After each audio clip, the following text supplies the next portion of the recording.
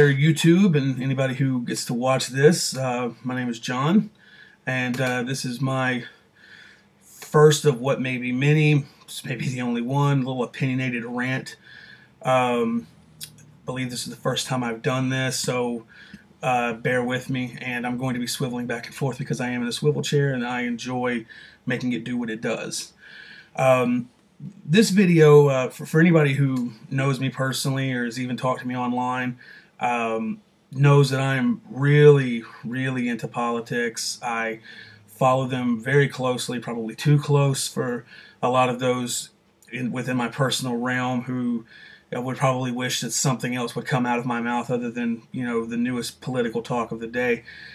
But the reason for this video was to kind of air a little bit of my aggravation with Ron Paul supporters. And I know these people can be very vicious when it comes to online attacks and, you know, the way they handle and conduct themselves with someone who disagrees with them. That's fine. I really do not care what kind of responses I get to this video. This is for me and for other people who agree with me or who don't, or whatever, just to enjoy and listen to or comment and talk crap about it. I don't care. But we're reaching the end of this campaign cycle. You know, with Romney just winning Illinois, and he's been on quite a roll lately. Even if you don't think it's over, let's be honest with ourselves. This is a two-man race between Santorum and Romney. But Ron Paul supporters, it never fails. I always see videos from these people. I always, you know, every time I voice support for a candidate, it seems like the only people that will respond to me are Ron Paul people who are hating on my opinions because I don't like their guy. This is the democratic process of electing a candidate. Everybody, no matter how much money they have or how radical or mainstream their ideas may be, get a chance to come out, talk to the people, you know, voice their ideas, and if it sticks, it sticks, and if it doesn't, it doesn't. You know, that's why we, the people, you know, have our voice to elect these people. You know, and Ron Paul, believe me, this is not a lack of recognition or anything like that. This man has been on the political scene for, you know, what, 2 or 3 decades. This isn't even the first time he's ran for president. This is the best he's probably done, and probably the longest that he's been in the actual race. But we're pleading the case for someone who has yet to win a single state. In most states, has not even finished in the top 2. You know, he's got the lowest delegate count out of any of the 4 that remain in the race. And he doesn't seem to be, they can talk all they want to about him, you know, with the young vote. I'm 27. He's not convinced me. I like what the guy has to say on some things. On other things, he's completely crazy and out of left field, like saying that he doesn't care about Iran's nuclear program and things like that. I maintain the position that no matter how many or how few liberties we have, it's not going to matter if someone bombs our country into a parking lot. And he seems to really care less. I like his idea of pulling all the troops out from around the world and cutting foreign aid to a lot of countries that don't support us fully. But to say that you don't care about a country getting a nuclear bomb when this country has stated several times publicly, I mean, they couldn't be any more convincing, in my opinion, that if they get the bomb, the first target they're hitting is Israel, and then after that they're going to figure out how to float one over to us. And for him to say, "Hey, what, you know, it doesn't really matter," yada yada yada, done. I was done right there the moment I heard that. But to his supporters, you know, I get it. First off, I'll say I admire, you know, your conviction, and, you know, you guys are probably one of the most vocal group of supporters for any candidate that I've seen. But it just didn't work this time. You know, I'm sorry. I don't think he'd be a bad president. but it just didn't work this time. You know, everyone can talk about, oh, Mitt's millions and he did this, he outspent everybody, and negative, negative, negative. I promise you, go to YouTube, go to any news site that has videos. You will find tit for tat that Ron Paul has just as many, if not more, negative campaign ads against other candidates than Mitt Romney. And most of them are way, way more vicious than anything we've seen. And, you know, there comes a time when you just got to pack it up and call it a day. I don't see him doing that anytime soon. To be honest, in my opinion, the guy that I was supporting I supported Herman Cain out the gate, loved him, but he just didn't seem to deal with the pressure very well. I know he'll have his own reasons and things of that nature. The way I viewed it was that if you can't handle having the feet put to the fire put to your feet. Sorry about that. You're just not cut to be president at that point. You know, everyone's going to beat up on you. The mainstream media is very liberal. So, you know, the fact that this was a black Republican candidate, he knew he had to know what he was getting into. And if he didn't, well, he found out very quickly and he, you know, bounced out because of it. From that point, I started supporting Newt Gingrich. Even before he had came out and endorsed him, I liked the way Newt handles himself in debates. I believe that he would bring a good debate to Obama's doorstep. But the problem I always had with Newt was that he had so much baggage in his past. I believe me, I made my fair share of mistakes. I'm not going to hold that against him. But all he was going to need to do was slip up one time on a campaign trail or in a debate, and it was going to be over. You know, Obama would win re-election by a landslide because people were already looking for that one thing that Newt was going to do that was going to assure Obama's re-election. And you know, I supported him for a while, but I've pulled my support for him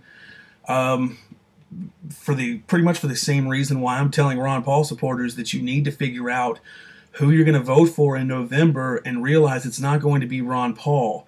You know, after Gingrich has performed so badly in a lot of these recent caucuses and primaries, yet still refuses, in my opinion, to do what is best for the Republican Party and get out, stop wasting money, stop wasting votes, and things of that nature, simply because he just doesn't seem to want to grasp the fact that it's not going to be him.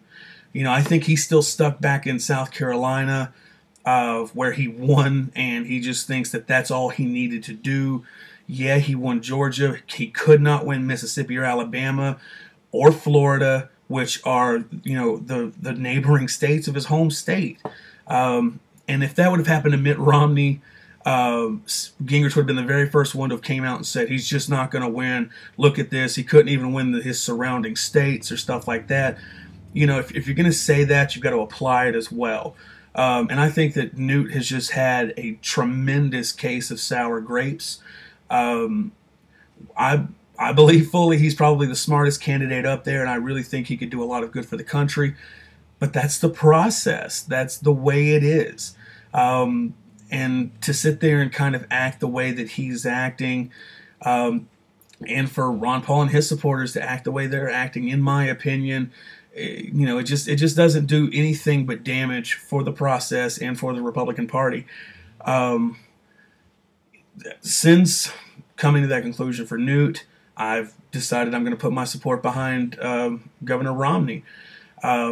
Perfect candidate? Absolutely not. He's been on the wrong side of issues and things like that. But I think that for the position our country's in right now, I personally could really care less where you stand at about abortion, about gay marriage and things like that. Those are the kind of problems we can deal with in a healthy economy. Right now, gays, straights, transgenders, everybody is suffering under this economy that's only gotten worse under Obama, who I unfortunately voted for last time. Will never make that mistake again, trust me. And I think that the one with the experience to do so is going to be Romney. I've always said that his experience is one of his key selling features, especially his private sector experience. Santorum's okay, but he's done exactly what I was worried about. He's such a social candidate, not a socialist candidate, but he deals with social matters so much. People just don't care about that right now. I'm a registered independent. I personally am pro-gay marriage. I'm pro-choice. But I'm also pro-guns. I'm also pro-getting the government the heck out of our lives. And Santorum has just ran, I don't agree with the whole contraceptive mandate. I think telling any religion what to do is one of the main reasons why, our forefathers left England in the first place. So I don't, but he has taken it and made it into such an issue. And I understand people saying, oh no, the media's made it into an issue. Santorum's tried to avoid it. Well, that's fine, but he keeps dipping his hand into the cookie jar and then getting mad that the media caught it in there and want to talk about it. Stop doing it. That's all you have to do. Just don't bring it up at all. Don't do it at town hall meetings, things like that. Just don't do it at all. There are always cameras rolling on you, Rick. They will find the footage and they are going to bring it up. And because of that matter, I think he's performed well. I'm personally proud to see a candidate that had such a small chance starting out doing so well. It really speaks volumes about our system. If you don't think the process doesn't work, look at Rick Santorum. This is a man who was done before it even began. He almost didn't make it on the first few debates, and he stuck in there, went and pleaded his case to the people, and got enough of a following to now be the person somewhat nipping at Romney's heels, though Romney has completely pulled away from this thing, and it's just stupid to assume anything else. I know they're talking about, oh, we'll go to a brokered convention and things like that. That's whatever. But in closing, because I've went on way longer than I meant to, whether you support Ron Paul, whether you support Newt Gingrich, whether you still support Herman Cain, John Huntsman, Rick Perry, Michelle Bachmann, Gary Johnson even, yes, I know who he is, you supported all of those candidates for one reason, and that's because you don't believe that the current president can do anything about the current situation and has failed on all fronts. That is what we all have to focus on this time around. This is an end game. What do we want to be the end result? If you want the end result to be, the office of the president changing hands this next January, you may not like who the candidate is. I guarantee you, especially for people who are way older than me, have you ever always liked who the candidate was? Nobody is perfect. We elect men and women. We elect humans. And anyone with a free will and a free choice is going to mess up. I know I have. So everybody who sits there and knocks Romney for a flip-flop or two, or having one stance, or Romney Care, which, hello, that was a state-implemented law. The states have the right to do that. If Massachusetts did not, people living there did not like it, there's 49 other states to choose from, and in the New England area, they're all really small. It doesn't even take that much time to drive and find a new place to live if you have that big of a problem with it. I think it's a terrible law, but it wasn't something like Obama where he's forcing the entire nation to do so. This was a state solution, and we have to remember that. If you don't remember that, then you're throwing states' rights out the window. But you're not always going to like who the candidate is, and you have two choices. The way that it's looking right now, it's going to be Romney, barring some, I don't know, some kind of, I can't even think of the word for it. It's just so obviously in the bag for Romney.